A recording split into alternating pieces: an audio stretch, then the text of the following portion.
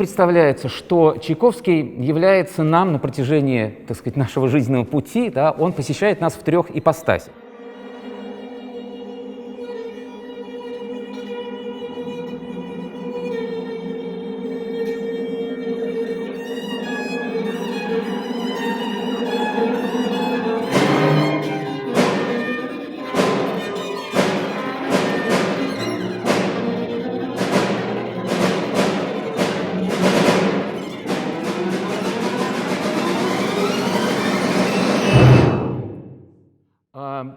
Первая ипостась — это Чайковский, это как бы непосредственно его музыка. Да? Далеко не каждому, скажем так, приходит Чайковский и может прийти в такой ипостаси. Да? Это могут быть, скажем, дети, да, чье сознание еще не обволакивает разнообразные контексты той жизни, той реальности, в которую они день за днем вступают. Да? Это могут быть какие-то неофиты, которые вдруг что-то услышали, непосредственно, да, откликаются с разным знаком, с разным оттенком этого восприятия, но тем не менее откликаются именно на вот эти созвучия, не представляя себе, что это, вот, скажем, Чайковский. Или, например, наоборот, искушенные слушатели, да, люди, которые способны отделить контекст или вот другие ипостаси, о которых я позже скажу, Чайковского, от непосредственно звучания. Да.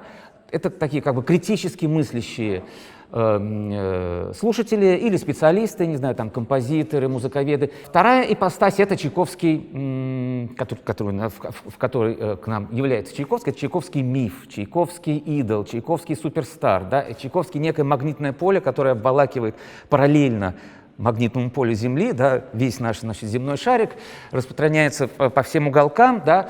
Это нечто, что выходит за рамки, собственно, этой музыки, да? его музыки.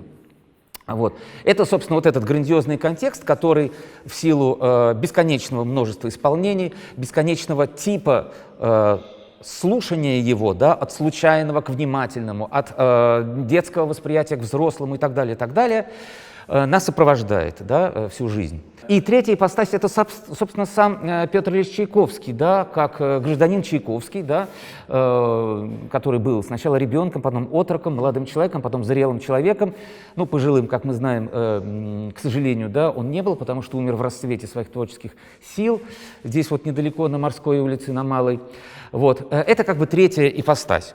Через это является нам в другом качестве, да, как человек с какими-то, не знаю, настроениями, страстями, не знаю, с ленью или, наоборот, с очень, так сказать, каким-то энергией. Ну, в общем, да, вот его everyday, так сказать, life, и вот человек, как он есть.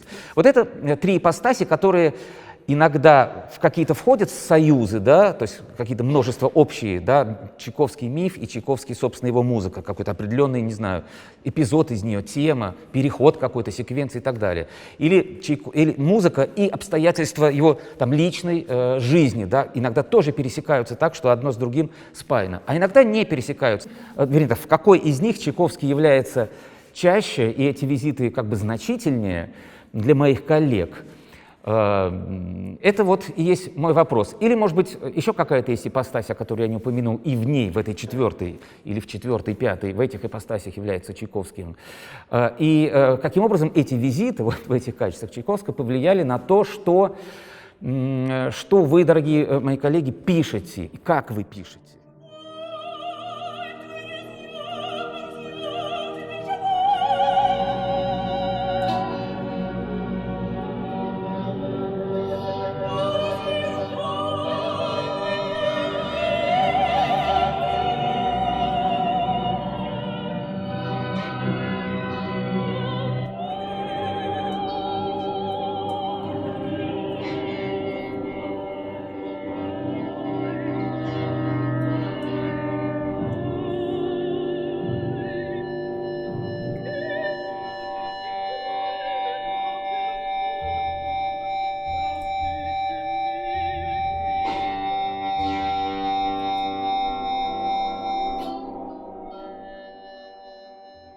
Подростковый возраст я засматривал советские экранизации опер Евгений Онегин и «Пиковая дама». «Пиковая дама» со Стриженовым в главной роли, с Олегом. Вот эти вот фильмы у меня просто чисто тактильное впечатление, как кассету VHS смотрим в семье. Но самый впечатливший — это лет где-то в 5 или в 6 поход в театр при консерватории, при нашей, на Евгения Онегина, студенческая обстановка, которая просто поразила своей какой-то жизнью внутренней. И, видимо, это именно так, тот вид постановки, который Чайковский имел в виду. Да. Вот. То есть, а в «Маринке» это было такое дистиллированное нечто, которое так не затронуло. Вот чисто детское впечатление такое, что в консерваторская студенческая постановка поразила до глубины души. Второй этап, как Чайковский мне в кровь, так сказать, влился, это оркестр школьный. Мы там играли «Ромео и Джульетту» и «Пятую симфонию» Чайковского. Я на кларнете, следовательно, там на втором кларнете играл. Как сейчас влияет Чайковский? Но прежде всего, это проблематика, как он использовал какие-то, как прекрасно вот в интервью Сергей Невский сказал, нулевой материал. Гармонические модели имеется в виду. То есть, когда, поясню немножко, потому что Олег цитирует мое интервью Дмитрию Бавильскому, где я писал о Чайковском довольно много, и я говорил, что Чайковский базируется на определенных синтаксических схемах. Он больше всего любил использовать так называемую секвенцию Монте, первая, четвертая, вторая, пятая ступень и так далее, это восходящая, да, которая есть в каждом практически его сочинении. И он один из первых придумал использовать, при том, что у него есть, конечно, как бы определенные повторяющиеся, мелодические элементы, которые он все время, как бы формулы, которые он использует. Он довольно успешно первым использовал нулевой материал, значит, нисходящая октава, адажио там из Щелкунчика, да, или нисходящий тетрахорд там в побочной партии финала шестой симфонии, да, который как бы отсылает к ренессансным моделям, то есть домине деус Баха и месса си минор. Это та же самая шестая симфония Чайковского, да, просто как бы в другом размере. Мне просто интересно, Олег, я повторюсь, да, вот какой-то из этих Чайковских и вообще как-то повлиял на тебя именно как композитора в твоем творчестве, как-то это, вот не знаю, сказать, за спиной стоит, у тебя не стоит и в какой ипостаси стоит? Вот есть цитата Томаса Манна: «Художник создает не дар изобретения, но дар одухотворения». Вот в Чайковском очень интересно вот этот момент. Он иногда делает, то есть, в принципе, сама кухня, его вот взаимоотношения с окружающей реальностью, с книгами, которые он читает, с нотами, которые он смотрит, он выписывает, все через себя пропускает, какие-то фразы выписывает из книг, пытается их интонировать, какие-то... Ну, например, во втором фортепианном концерте он берет тему как бы практически из симфонических этюдов Шумана, а там, в свою очередь, тема из храмовника и еврейки. Как бы он берет не только нулевой материал, но и материал... Да, то есть... Он его одухотворяет. Необязательность изобретения материала меня сейчас очень занимает, скорее отражение входящих разных информаций. Мысль Шопенгауэра о музыке, он делал пометки, в том числе там Спинозу, да, у него есть целый план, выписанный из этики Спинозы, подробнейший. И вот Шопенгауэра он читал и подчеркнул там про мысли о музыке. Шопенгауэр пишет, что не должна музыка отражать там реальные какие-то вещи, события, что она такая вещь в себе, да. Чайковский пишет, почему. То есть вот эта вот история, что у Чайковского как раз вот эта вот программность музыки Чайковского, то, как отражается в ней, то, что Чайковский читает, то, что происходит вокруг, меня вот очень занимает, в принципе, стоит за моей спиной отчасти, вот такой важный момент. То есть, и, следовательно, другая проблематика, как может подобный модус работы с чужим материалом сегодня. Сейчас, например, вот интересно, вот у меня вместо книг, например, сериалы, причем самые неожиданные. «Доктор Кто», «Агенты Щит», что угодно. И там что-то, например, отражается очень сильно, какие-то вещи. То есть какие-то моменты, которые очень сильно резонируют с твоей собственной реальностью, и как вот это преломляется в музыку. То есть я говорю не о какой-то образной даже истории, но и о ней тоже, но и о чисто технической. То есть, в принципе, сейчас при медиа нашей реальности в музыке многопараметровой, то есть ты можешь просто взять кусок из сериала, аудиодорожку, да, как-то ее обработать. Этот весь материал у Чайковского по-своему в своем веке преображался методом вот, да, перевода в мелодию каких-то текстов, может быть, и «Песня без слов» такая Как это сегодня возможно, например, когда сериалы стали основной такой медиа-подушкой? Вот.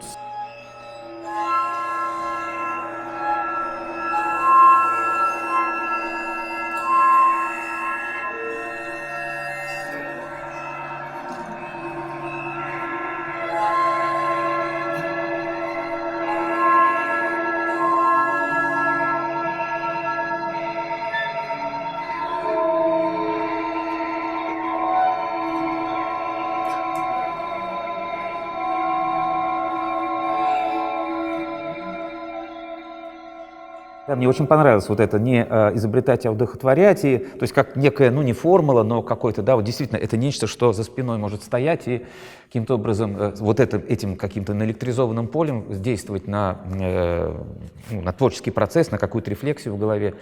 И, кстати, мне это напоминает вот известную фразу, буквально цитата Арнанкура, да, «Моцарт ничего не придумал», он пишет, да. В отличие от Бетховена, да, он говорит, Моцарт ничего не придумал. И дальше Арнанкур пытается там говорить, а что же тогда, в чем там загадка, та-та-та-та. Но вот эта идея, да, что изобретение, новация, да, как некий базис, фундамент всего остального, да, это весьма, так сказать, полемичное, скажем так, да, суждение. Сергей.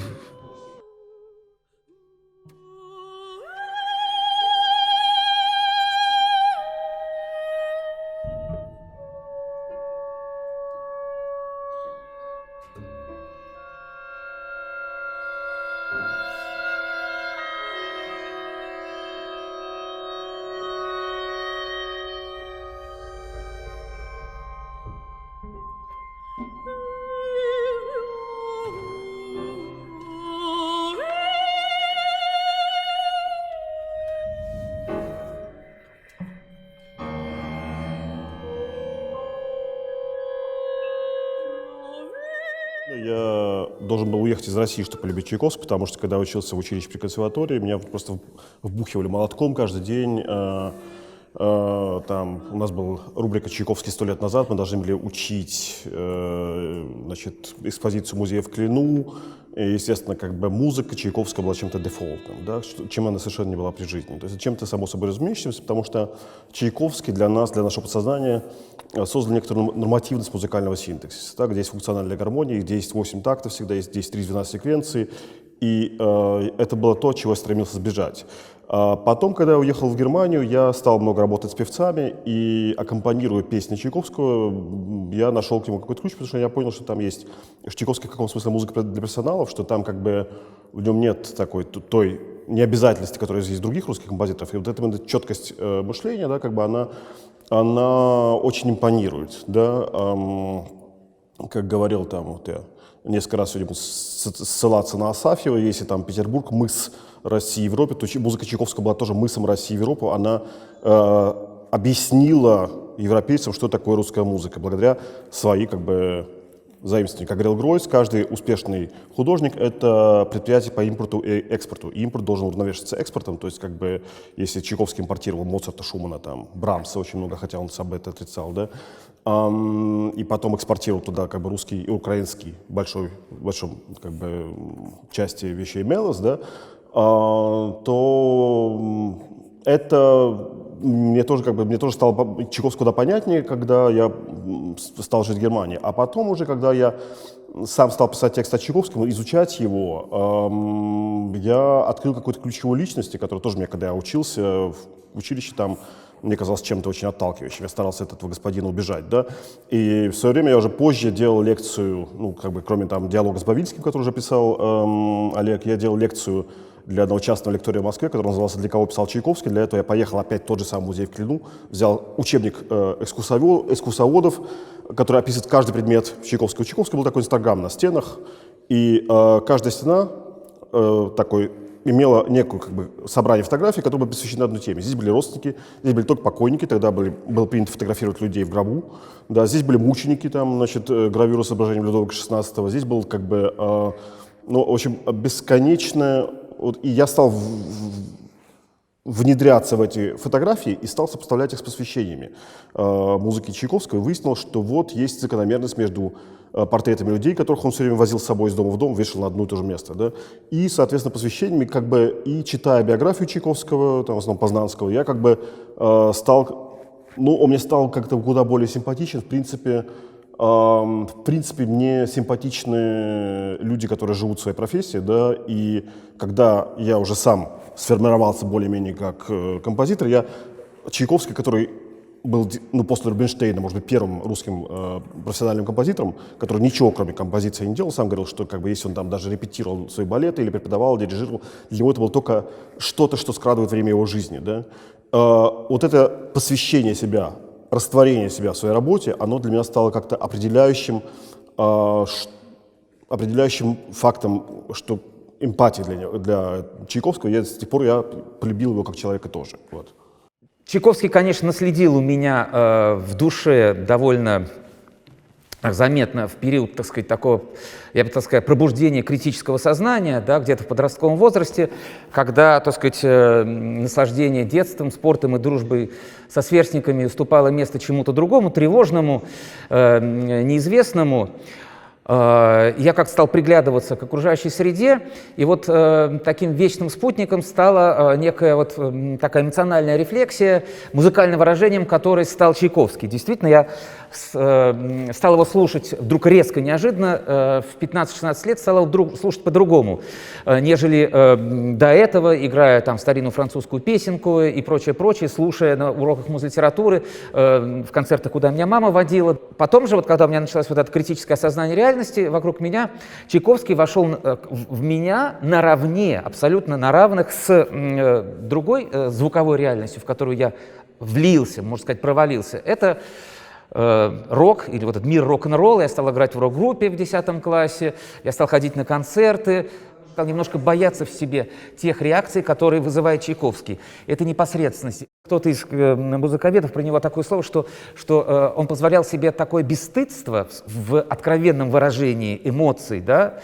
доводя их до какого-то экзальтированного накала, который не всякий человек может себе просто позволить. У меня есть такой Чайковский, которого я пытаюсь в себе как-то, ну, поместить на свое место, чтобы он там был и, так сказать, не распространялся на все, да? Хотя такая интенция есть у этого внутреннего Чайковского.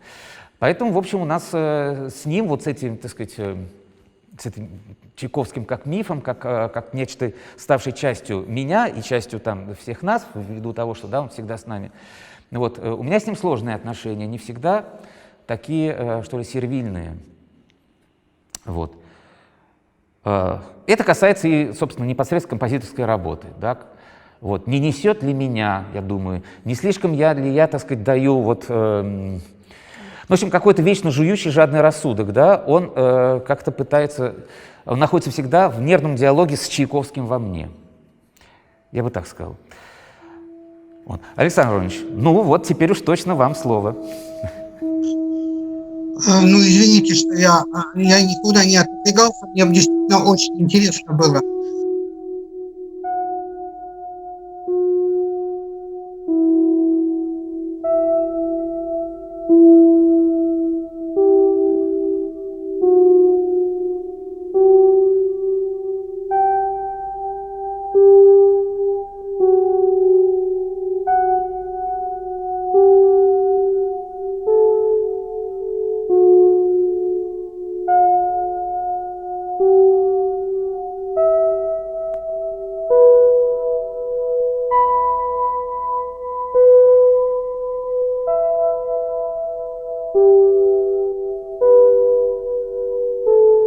Понимаете, в чем дело?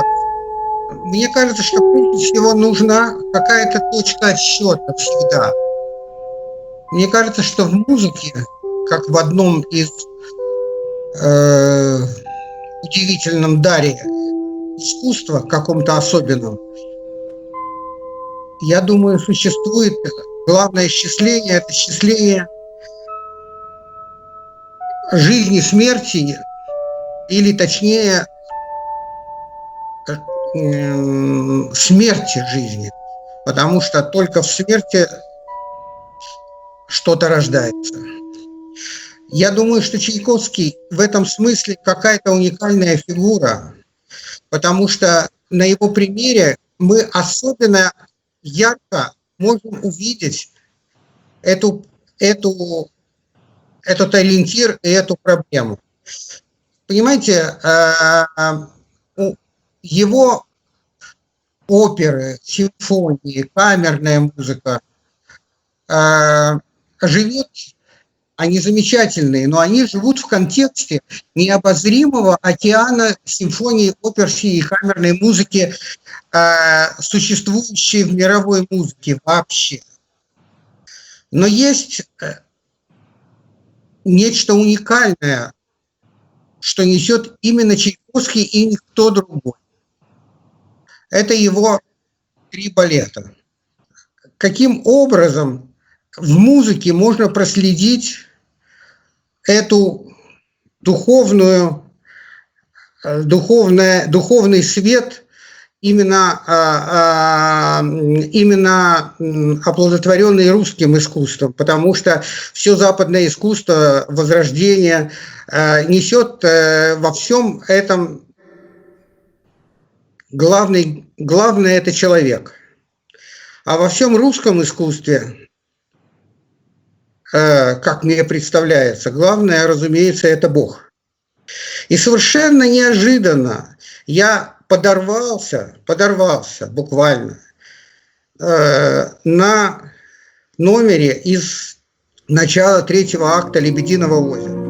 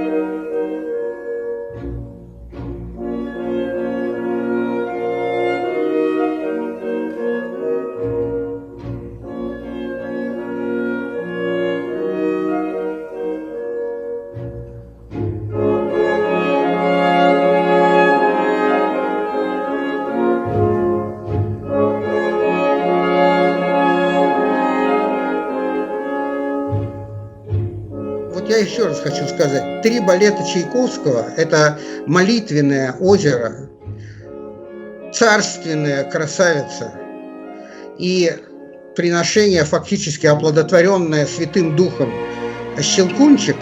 Вот вы можете, например, просто даже сравнить. Щелкунчик был одновременно для одного вечера написан вместе с Иолантой. Его практически, как мне представляется, лучшей оперой. И вот поразительное тоже свидетельство. Вы можете увидеть, услышать, как после Иоланты буквально несколько тактов, 1 такт буквально, интродукции, пам-пам-пара-па-па-па-пара, и вы сразу слышите абсолютно того же Чайковского, абсолютно не того же Чайковского. Это чистое феномен и чудо, просто преображение, музыкальное преображение. Понимаете? Потому что музыка это дар, это чудо, которому призваны служить. Понять его, естественно, осознать невозможно, но служить ему необходимо.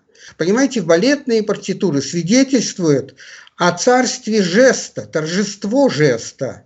Это весть о грядущем ликовании. Этого нету нигде в мировой музыке. Я говорю об этом, разумеется, это мое мнение, но я говорю это совершенно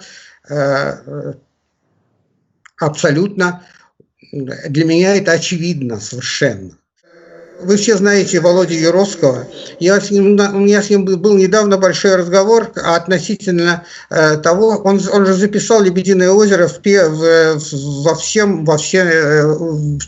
полном авторском виде. Он мне сказал, что он никогда в жизни ни от одной партитуры не испытывал, он не мог спать несколько дней. Потому что там именно вот это самое растворено. Вся молитвенная сущность русского народа, русской природы, она там сказалась. И вот в этом конкретном номере. И у меня есть, и потом у меня было, когда мы приехали в Ферапонтово, произошло просто у врат Ферапонтова монастыря перед фресками Дионисия.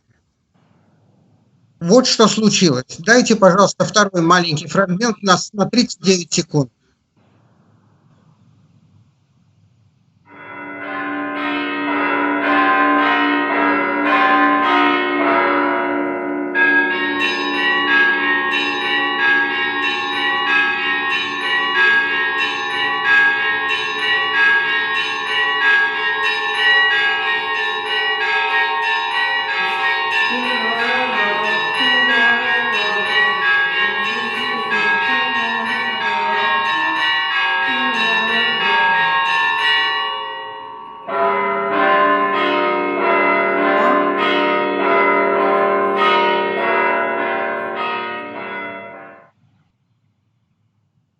Но вы слышали? Вы слышали эти колокола?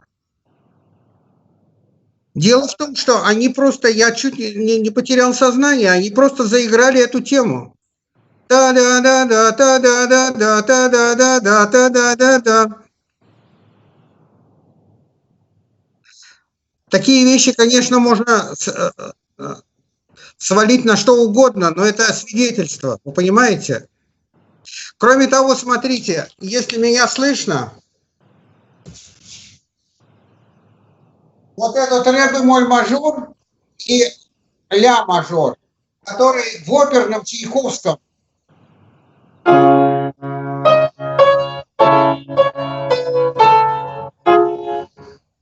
это опера Чайковского. А тот же самый ре бемоль мажор и ля мажор это уже балетный Чайков.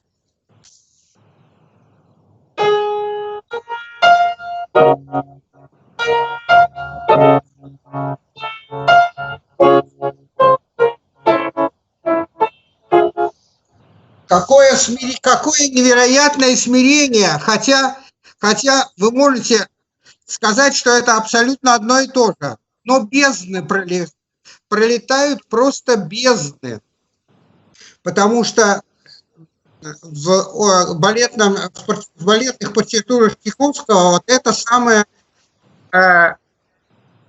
явление, которое беспрецедентно во всей музыкальной истории. Вот пока все, что я могу сказать. Спасибо.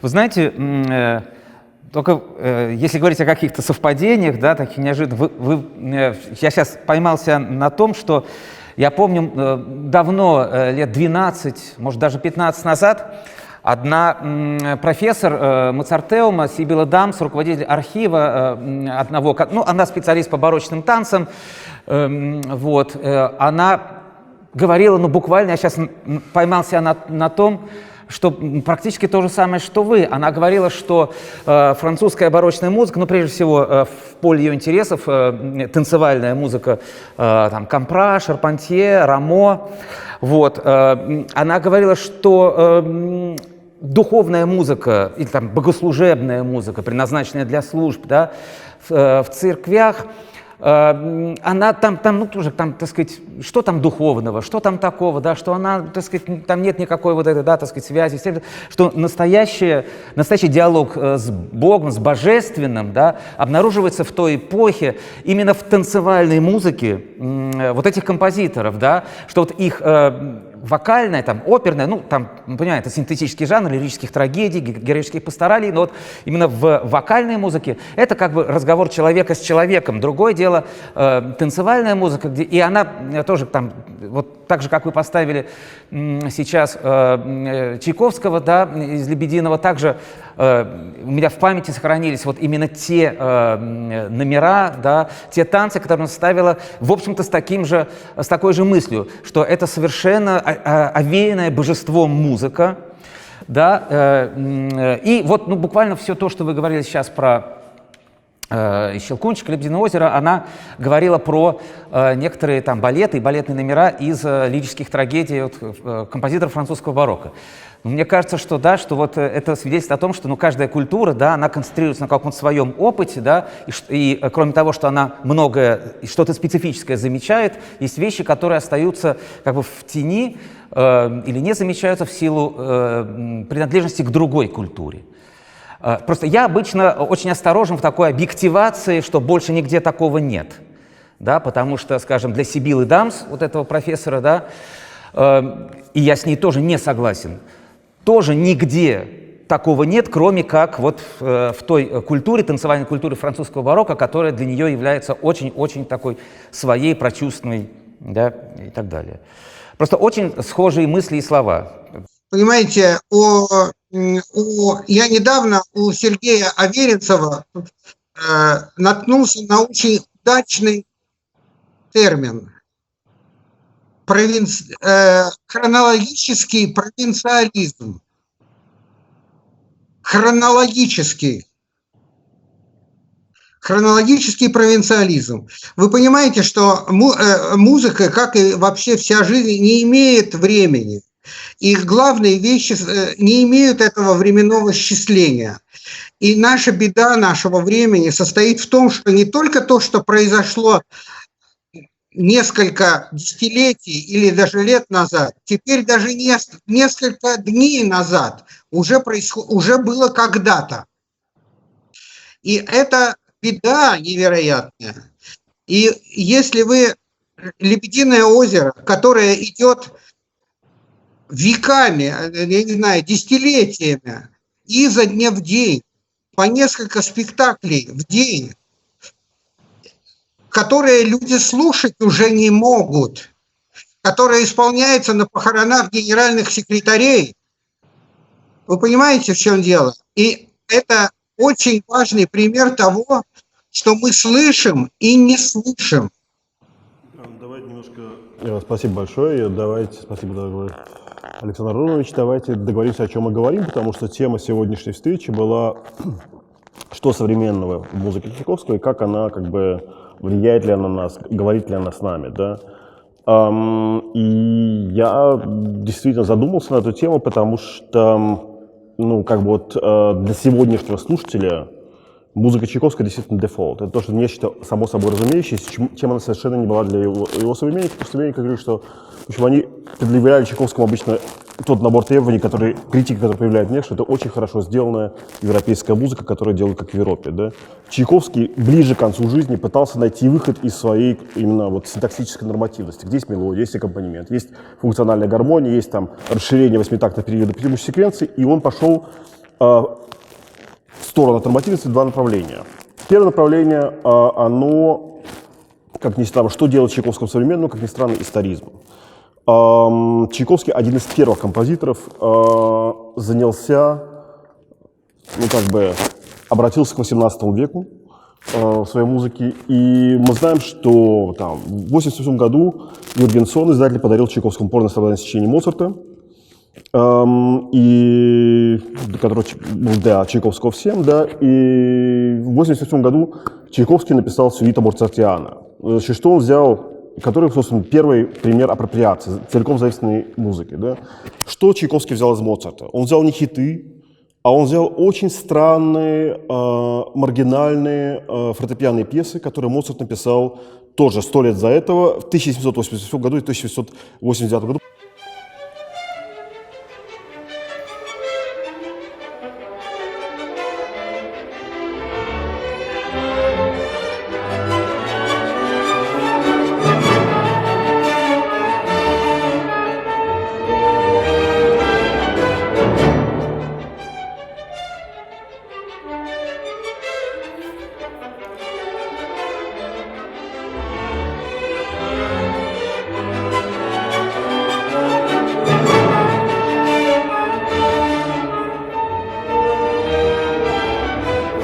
Сейчас послушайте модуляции в середине.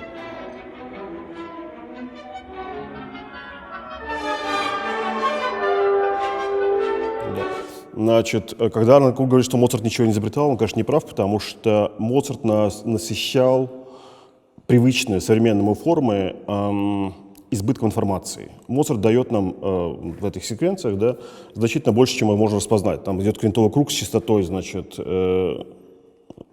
шагом секвенции 1/8 в очень быстром темпе 6/8. Да? Мы просто не раз, он настолько мы просто слышим некоторый спектральный шум. Да?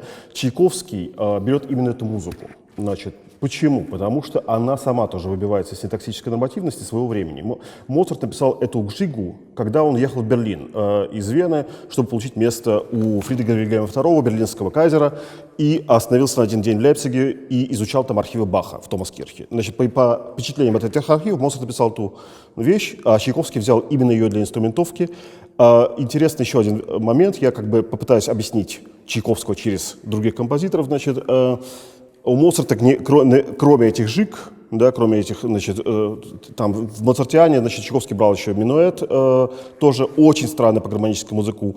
И Моцарт написал еще одну вещь, которая не была инструментована Чайковским, но которая странным образом очень Чайковского напоминает. Я покажу маленький фрагмент.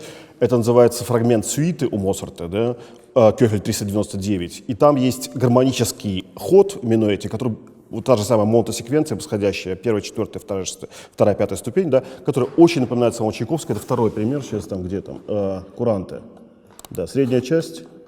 Значит, если вы послушаете, можете подумать, что это сам Чайковский, который стилизует Моцарта.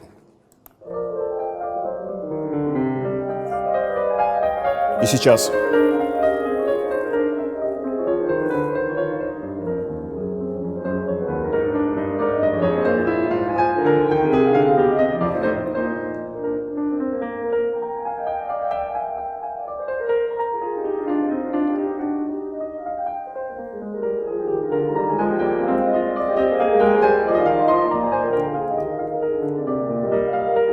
И так далее. То есть вот эта средняя, значит, восходящая секвенция, она куда более типична для 19 века, чем для 18, и, вероятно, происходил какой-то энергомен между Чайковским, который изучал редкие вот эти сложные, слишком сложные для минуэтов или там для жиги вещи Моцарта, и вставлял их, значит, в свою музыку, и, собственно, одним из вот этих самых полисов, как бы одним из способов выйти за пределы нормативности своего времени было как бы вот это намеренное обращение к историческим форматам, да, к историческим моделям, которые Чайковский очень странно преобразовывал. Да. И кульминацией, собственно, обращения к этим историческим форматам стала «Пиковая дама». Чайковский придумал, значит, создать некую практически безэмоциональную моторику, в которой он выключает традиционный для него метр гармонии и создает некую такую бесконечно развертывающуюся барочную практически форму движения. Так построено, например, вступление первой картины «Пиковой дамы», когда вступает детский хор и так далее. Там фрагменты из «Пиковой дамы». Почему Чайковский современен? Потому что его музыка для нас, значит, соотносится с современными, как бы, может быть, прочитанной современной практики исторического исполнительства. Да? И я хочу показать очень редкую запись, завершая разговор о, собственно говоря, историческом Чайковском. Это запись 2005 года. Значит, Теодор Курентис, музыка Этерна, Новосибирская. Антракт из второго действия «Пиковой дамы». Сыгранный как барочная музыка.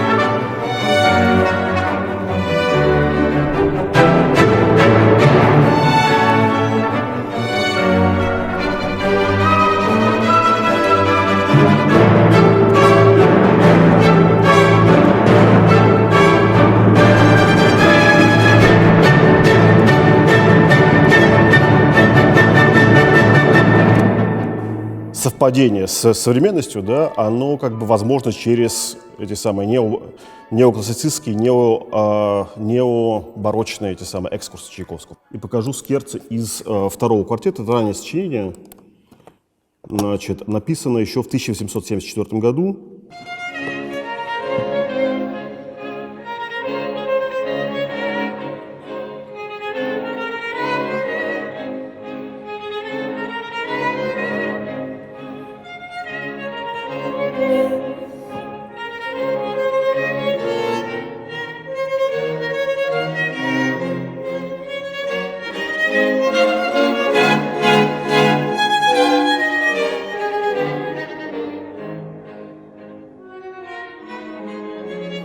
И дальше идет вот эта непрерывная моторика, которая как бы закручивается сама себя.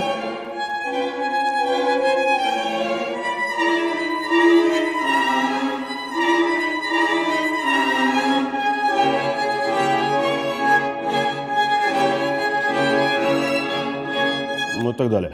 Значит, здесь эта музыка еще достаточно, она как бы встроена в современный чайковскому синтаксис, то есть там есть вот эти самые понятные каденции, понятные как бы секвенции, а в «Пиковой даме», значит, есть очень вот эти странные фрагменты в начале первой картины, которые, где Чайковский пытается их скрасить. И вот эти странные, значит, Асафьев, говоря о Чайковском, о «Пиковой даме», говорил, что это музыка про Петербург, а Петербург — это город отраженного света. Отраженного света в смысле европейской культуры, ну и в смысле отсутствия какой-то собственной жизни. Значит, вот эти странные, абсолютно зацикленные на себе формы движения, которые есть в позднем Чайковском, в этой пятой симфонии, имеют два продолжения, и я закончу свои как бы сейчас измышления двумя короткими фрагментами. Первый фрагмент — это кода, переход коды из финала четвертой симфонии Шостаковича в исполнении Кондрашина, где моторика вот этой самой. Там есть абсолютно нефункциональный фрагмент, который очень долго длящаяся моторика с ну, как бы растворенной практически бессмысленной гармонией. То есть нет ничего, кроме этих общих форм движения. И я думаю, что вот это проекция петербургского, вот самого отраженного света Чайковского в 20 век.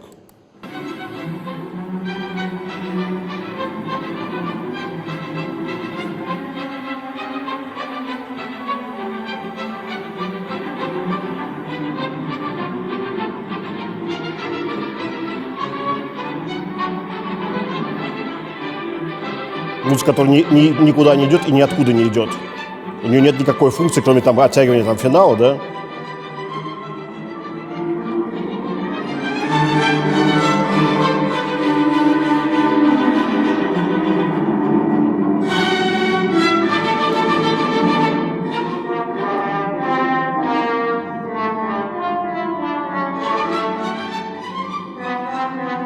Сейчас будет фрагмент, который действительно очень похож на «Пиковую даму». Сейчас.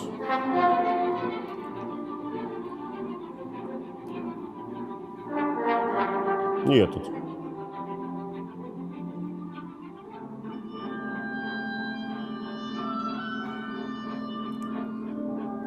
Странные такие политональные приклички.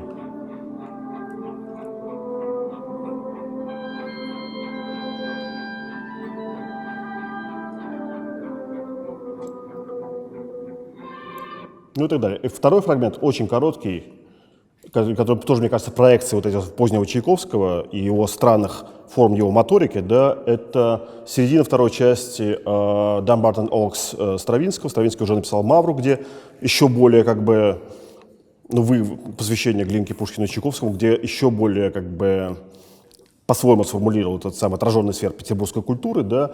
И в американском, очень американском произведении Стравинского, которое, собственно, основано на форме третьего Бранденбургского концерта, внезапно прорывается вот этот самый петербургский отраженный свет в самый неожиданный момент. И такого нет в «Поцелуе феи», и такого нет как бы в других сочинениях Стравинского, которые ну, осознанно посвящены Чайковскому. Да? Последний короткий фрагмент.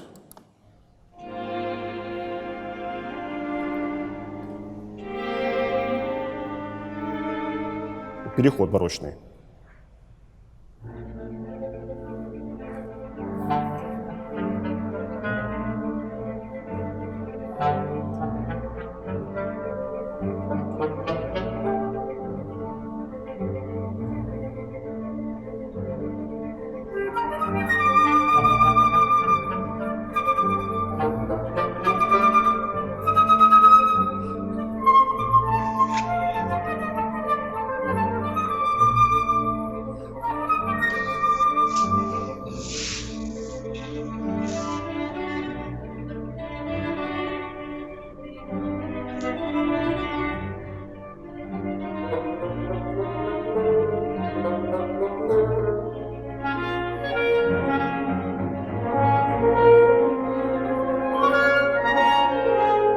И так далее. В общем, как бы, мне кажется, вот контраст, значит, этих двух как бы моментов, да, вот это самое переход музыки в чистую энергию в позднем творчестве Чайковского, да, вот не сдерживаем больше структурными какими-то решетками эмоциональность, да, и с другой стороны, ну, работа с историей, с историческим материалом — это те вещи в Чайковском, которые потом нашли продолжение в 20 веке, которые, может быть, могли быть интересны для нас. Теперь как бы моя очередь, да, что-то такое сказать. Я скажу как бы две скромные мысли. Значит, первое, что меня в какой-то момент стало очень занимать в Чайковском, это вот такая есть, как бы это выразиться, такой способ создания и восприятия искусства и вообще как бы его некая составляющая, да, эвристика, да. То есть это, казалось бы, какой-то бонус, да, какая-то, казалось бы, как в Советском Союзе говорили, помните, базис и надстройка, что вот базис — это нечто, какая-то вот, какие-то прорывы, не знаю, сказать, из человеческого в божественное, там, и так далее, да, во что-то большее, чем является жизнь каждого конкретного человека, да, а вот эвристическое — это некая как бы настройка, это что-то на поверхности, вот, я вдруг в какой-то момент стал понимать, что это не так, да, что вот эти как бы необязательные бонусы, то есть что именно, да, какие-то конструктивные, когда человек каким-то конструктивной мыслью и какими-то идеями какого композиционного плана, сугубо такого строительного, да, пронизывает ткань своего сочинения, как бы вот можно показаться замутняя, а на мой взгляд, наоборот, как бы высвечивая его суть через эти детали, детальки. Эвристического полно, очень много насыщает Чайковский именно в балетах. Да, там и тембральные краски, там и работа с ритмикой, неожиданные какие-то подголоски, в общем, какие-то то, что называется штучки, там виньетки, да, но они во многом, если разобраться, создают вот это волшебство, какую-то нездешность и таинство, да, вот нашего какого-то очень, ну, такого, как бы, очень опосредованного, очень странного отношения к этой музыке, в общем, неразгаданность ее, вот так вот. Да? И я вдруг как-то в какой-то момент стал находить, что как вот здесь он интересно придумал, как он мелодию поместил сюда, как вот из одна тема, ну, например, побочные, их там две темы, да, в четвертой симфонии в первой части, да, как одна превращается в некое как бы спутника второй, да, не обязательно, да, вот эти вот, да, у деревянных такие, сначала это был тематический материал, потом какие-то подголосочные всплески, но они еще и связаны с главной темой, да, то есть все как-то вот так начинает работать. Такое ощущение, что это просто какой-то, ну, невероятного класса дизайнер, да, делает какую-то удивительную, исключительную вещь, да, в которой, ну, как будто вообще можно жить и без дизайна, да, в конце концов, да, вот, но можно и с ним, да, и Чайковскому не хватает просто так нам что-то сказать, провести какую-то мелодию, какую-то мысль донести, ее закончить, да. Он ее инкрустирует, да, он ее проживает в том числе и весьма такой наполненной посюсторонней человеческой жизнью. Это первая как бы моя мысль. А вторая мысль, что, и я ее проиллюстрирую примером, что каким-то удивительным образом Чайковский сам по себе стал, как ты это называешь? Нормативом. Да, вот, нормативом, нечто таким как бы само собой разумеющимся, своим, да, иногда взгляд или иногда даже запах, да, недавно, так сказать, я учуял в теплоходе морском, да, в Казани, запах вот этого именно советского кожзаменителя, и со мной это была машина времени, да, я вспомнил 80-й год, мама, Селигер, да, вот именно запах меня унес куда-то, да, вот эти, да, какие-то маркеры чего-то такого, что мое, да, потому что оно связано с взрослением, с детством, да, собственно, со становлением, и это из себя уже не выдернешь никак. И вот такой курьезный случай со мной случился как-то в работе, в процессе работы с режиссером Мариной Давыдовой. Ну, и мы с ней сделали 2 спектакля в Германии. Вот один из них в театре Талия театр в Гамбурге, да, вот назывался он «Checkpoint Woodstock». В общем, там не буду, так сказать, вас утомлять. Суть в том, что в начале, на вход публики, я был композитором на этом спектакле, Но, как вы сейчас увидите, не только композитором, она сказала, играйте что-нибудь такое салонное, как будто бы вот там ресторан какой-то, или фуршет, банкет в каком-то таком, да, респектабельном обществе, а вы что-то там себе наигрываете. Это на вход публики. Там еще Зиновий Марголин, известный театральный художник, сценограф, да, был сценографом на этом спектакле. Он еще одел меня в такой пиджак специфический. Вот.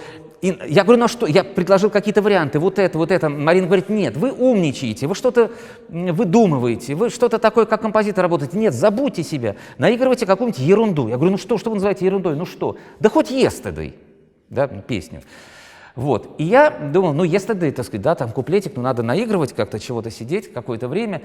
И я стал как бы просто нащупывать как-то такую, да, знаете, по опыту какой-то гармонической задачи из музучилища, да, какой-то материал, ну, делать модуляции, что-то такое, дальше двигать материал. И в какой-то момент Зиновий Марголин, да, он просто, ну вот я сижу, что-то там пытаюсь понять, что я буду делать, что тут делать. Он заснял на видео это, просто сбоку заснял, ну, на телефон, да. И потом я посмотрел, и, боже мой, у меня такое ощущение, совершенно я к этому, так сказать, себя не направлял, что получилась такая, ну, так сказать, стилистически, да, по языку, да, вот это вот, как бы, я говорю, свое что-то такое, уже как-то в плоти и в крови российского музыкального опыта, да, получилась какая-то такая, ну, типа балетная элегия, какой-то адажио такой, да, в музыке. Баркаролла у тебя получилось. Ну, окей, вот. И я предлагаю вам сейчас этот кусочек засмотреть, вот, потому что для меня это было неожиданным, что насколько Чайковский входит в нас не через да, мелодии, да, не через вот эти вот эвристические штучки, хотя они повлияли очень много, можем, так сказать, судить о дальнейших, так сказать, композиторских поколениях, как какие-то штучки Чайковского на них повлияли. А вот какой-то специфической гармонической, мелодической, фактурной органикой, да. Где эти видео?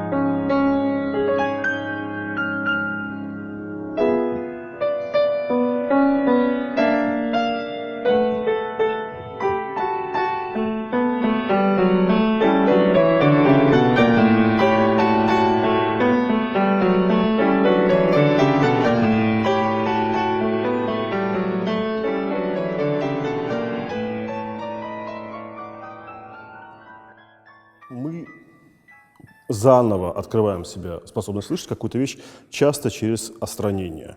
Вот Хамдамов как бы взял известных тогда оперных певцов и взял как бы известные, очень заезженные арии, но представил их как бы в таком как бы контексте, в такой инструментовке или инсценировке, которые заставляют нас слушать их заново, как музыка будто сейчас написана. Естественно, это может, значит, производить впечатление кэмпа, но этот кэмп является только мостом, собственно, к пониманию музыки Чайковского, и поэтому я, говоря о Чайковском в современности, об возвращении некого такого обнаженного слушания Чайковского, я хотел бы завершить свои стейтменты вот этим небольшим видео. Спасибо большое.